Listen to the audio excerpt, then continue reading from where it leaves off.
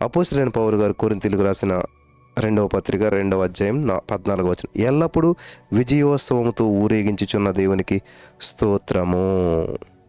హల్లెలూయా. గమనించాలి, స్తుతించడానికి ఏమీ లేకపోయినా సరే ఏదో ఒక కారణాన్ని బట్టి, ఏదో ఒక హేతువుని బట్టి స్తుతించడం అలవర్చుకోవాలన్నమాట.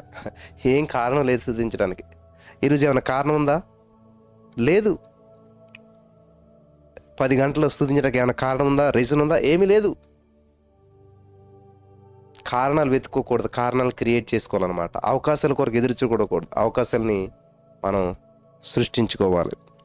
కాబట్టి ఇక్కడ అలాగే ఎప్పుడైతే స్తుతించడం ప్రారంభిస్తామో, అలా స్తుతించడం ప్రారంభించినటువంటి దావీదు తన జీవితం అందు గొప్పగా హెచ్చించబడ్డాడు.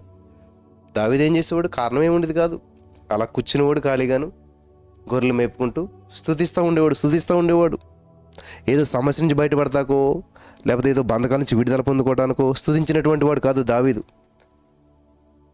ఖాళీగా ఉండి ఏ కారణం లేకపోయినా కారణాన్ని క్రియేట్ చేసుకుని స్తుతించినట్టుగా మనం చూస్తూ ఉన్నాం. హల్లెలూయా.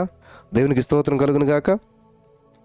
గమనించాలి ప్రియమైనటువంటి సహోదరి స్నేహితులారా, అలా దావీదు స్తుతించాడు కాబట్టి చాలా గొప్పగా హెచ్చించబడ్డాడు. ప్రారంభంలో గొర్రెల కాపరి, చివరిలో మరి ఇజ్రాయేల్ రాజు. గొర్రెల కాపరికి, రాజుకి అసలు పొంతన పోలిక ఏమైనా ఉన్నదా?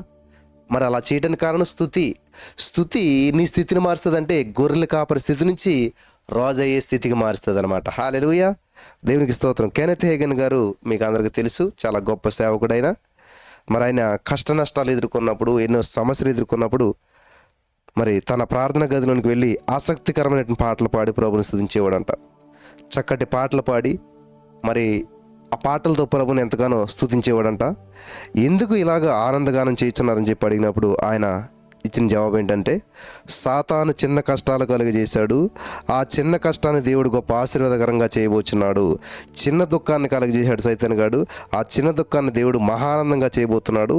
సాతాను గాడు చిన్న అపజయాన్ని ఇచ్చాడు, మరి దేవుడు దాన్ని గొప్ప విజయంగా చేయబోతున్నాడు. కాబట్టి అడ్వాన్స్డ్గా ప్రభుని స్తుతిస్తూ ఉన్నాను. ఆమేన్. హల్లెలూయా. కాబట్టి మీ జీవితంలో చిన్న నిరుత్సాహ పరిస్థితి వచ్చినా, చిన్న బంధకం వచ్చినా, చిన్న పరిస్థితి వచ్చినా విజయోత్సవంతో ఊరేగించే దేవుడు ఒక ఆయన ఉన్నాడనే సత్యాన్ని తెలుసుకుని ఎక్కువగా ముందు అడ్వాన్స్డ్ థ్యాంక్స్ గివింగ్ అనమాట. ఇప్పుడు సమస్య వచ్చింది, చిన్నదే కానీ పెద్ద ఆశీర్వాదం ఉంది. చిన్న దుఃఖం పెద్ద ఆనందం, చిన్న సమస్య పెద్ద పరిష్కారం. కాబట్టి దేవుడు అన్ని మేలు చేస్తూ ఉన్నాడు. కాబట్టి నేను దేవుని స్తుతిస్తున్నానని చెప్పి ఆయన చెప్పాడంట. ఈరోజు నీ మాటలు వింటున్నటువంటి మీరు, నా ప్రియమైనటువంటి సహోదరు స్నేహితులారా, మీరు దేవుని స్తుతించినట్లయితే మీరు ఎదుర్కొంటున్నటువంటి ప్రతి శోధనని సాధనగా మార్చుకుంటారు. మీరు సాధన చేస్తారు, శోధనని సాధనగా మార్చుకుంటారు. ఆమేన్. నష్టాన్ని లాభంగా మార్చుకుంటారు. సమస్తాన్ని దేవుడు మేలుకొలిగట్టుగా సమకూడు జరిగించినని రోమ 8:28లో మనం విశ్వాసంతో నమ్మి స్తుతించాలి. చివరికి మేలే చేస్తాడు దేవుడు ఏది ఏమైనా కూడా. ఆమేన్. హల్లెలూయా. కాబట్టి శోధన తర్వాత మరింత ఆశీర్వాదాన్ని మనం పొందుకుంటాము. శోధించబడిన మీద సువర్ణ మరింత ప్రకాశవంతమవుతుంది. ప్రతి శోధన, ప్రతి కీడు మేలు కొరకే. ప్రతి శోధన వెనుక గొప్ప ఆశీర్వాదం, అద్భుతం దాగి ఉన్నది. ఈ సత్యాన్ని మీరు గ్రహించాలని ప్రభు పేరట మనం చేస్తున్నాను. సమూయేలు రాసిన 2వ గ్రంథం 22 అధ్యాయం 47 వచనంలో, యెహోవా జీవము గలవాడు, నా ఆశ్రయదుర్గమునైన వాడు, స్తోత్రార్హుడు, నాకు రక్షణాశ్రయదుర్గమునైన దేవుడు మహోన్నతుడగునుగాక. ఆమేన్. హల్లెలూయా.